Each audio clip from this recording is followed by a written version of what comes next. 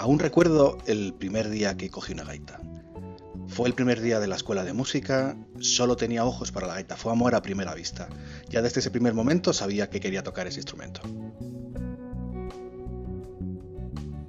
La verdad que se me dio bien desde el principio y me sorprende mucho cuando la gente dice que en sus casas no les dejan tocar porque sus vecinos se quejan y dicen que hay muchos problemas porque hacen ruido, ¿no? En mi casa nunca se me quejaron.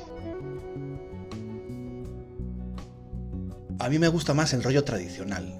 Para mí el fuelle de la gaita tiene que ser de pelleyu, como los que tenían los paisanos antes en sus casas, ¿no? Hace que el sonido sea muchísimo mejor y cambie totalmente.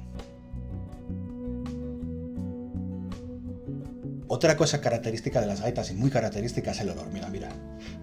Joder, mira cómo huele, mira. Madre mía, qué recuerdos, cuántas personas me vienen a la cabeza, canciones, madre mía, lugares, joder, qué recuerdos.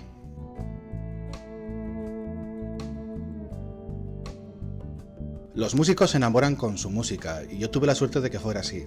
Toqué un par de piezas a una chica y la verdad que ella cayó rendida a mis pies y luego pues ahora mismo es mi mujer. Para mí es un orgullo seguir una tradición en Asturias que se remonta al siglo XIII, imaginaos. 8 siglos de gaiteros tocando y animando las romerías y fiestas de todo el concejo en Asturias.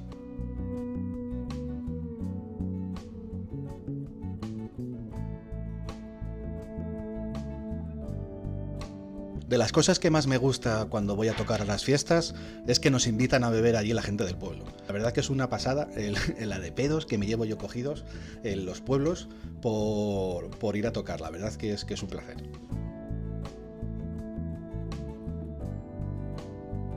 Llevo tocando más de 20 años y me veo todavía otros 20, otros 30 años tocando. La verdad que no os vais a librar de mí tan fácil.